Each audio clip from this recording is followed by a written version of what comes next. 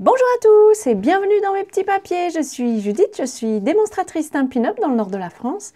Et le projet que je vous propose de réaliser aujourd'hui, c'est cette carte. Une carte globalement assez simple. En tout cas, on va en faire une simplifiée aujourd'hui. Là, j'avais profité de mes poinçons pour faire la décoration. Allez, c'est parti, je vous raconte tout sur cette carte.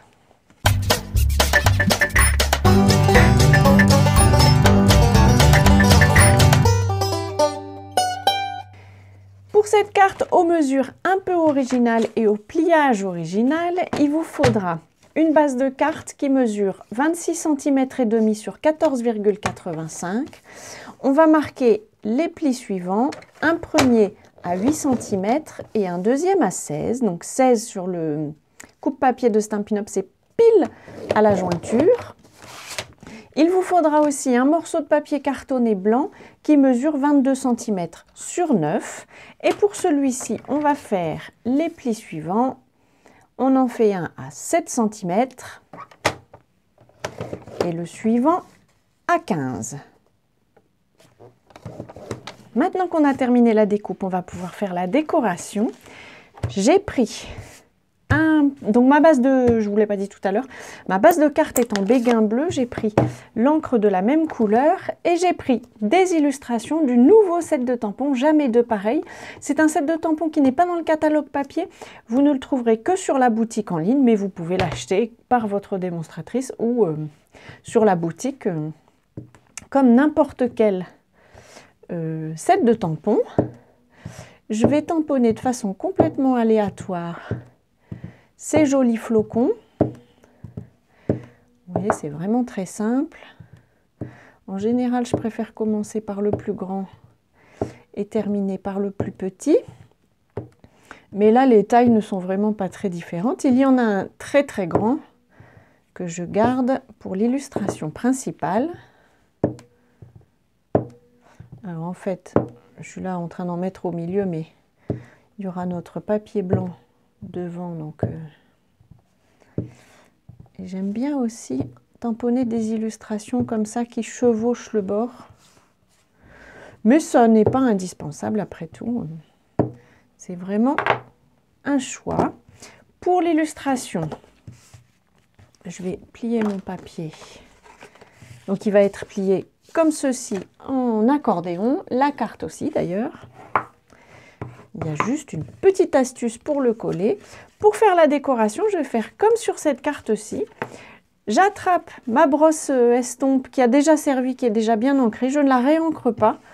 Et je le mets sur le papier blanc, comme ceci. Ça va me faire un joli fond, un peu estompé.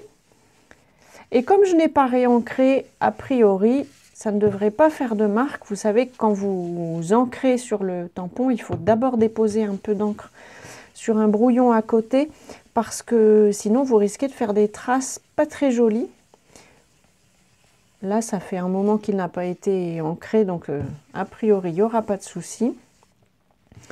Et je fais l'ombre qui me fait envie. Et puis maintenant, je prends le grand flocon. Et puis j'ai envie d'en mettre un devant, un derrière, avec peut-être quelques petits autour. On verra ce que l'envie nous dicte. Allez, oui, quelques petits qui seront ici du coup sur l'espace un peu blanc. Et puis j'essaye de ne pas faire la même chose des deux côtés pour que ça ne fasse pas papier tout fait. Mon Dieu, j'allais ancrer sur la carte. Ça ne marche pas, ça aurait même fait une tache très moche.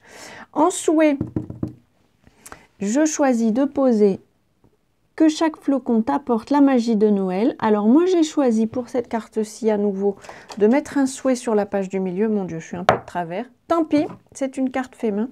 Vous pouvez décider de laisser ce panneau blanc pour y écrire votre message, mais vous pouvez aussi décider de laisser l'arrière destiné au message. Pour le pli, hop, ça va d'abord dans ce sens-ci et ensuite on revient en arrière. On a comme ceci un petit effet d'escalier.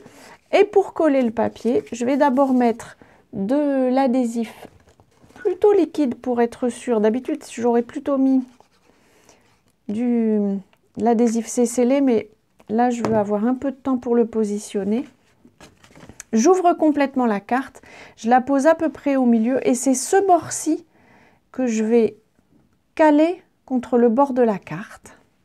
Donc pas le bord qui va se trouver sur la feuille en question, et c'est pour ça que je voulais avoir un peu de temps pour pouvoir bien le positionner. Et ce morceau-ci, maintenant, je vais pouvoir le coller. Je me prends un petit repère, je sais que ça ne dépasse pas cet endroit-ci.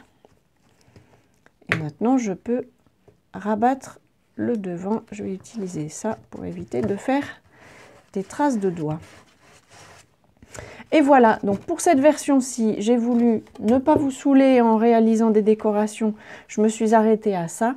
Pour celle-ci, j'avais fait des décorations avec des poinçons. On peut s'amuser comme tout. Voilà, j'espère que cette carte au pliage un peu original, dont je ne vous ai pas raconté l'histoire, elle me vient de Jennifer McGuire dans la même vidéo que celle que j'ai utilisée, on va dire, dont je me suis inspirée la semaine dernière. Comme toujours, j'ai changé les mesures pour qu'elles soient beaucoup plus simples en centimètres. Voilà, j'espère que ce projet vous aura plu. Si c'est le cas, pensez au petit pouce, ça me fait plaisir, puis ça m'indique ce que vous aimez. Et puis pour aujourd'hui, je vous souhaite de passer une belle journée, si possible créative. Et en tout cas, je vous donne rendez-vous à notre prochain rendez-vous. Et pour aujourd'hui, je vous embrasse.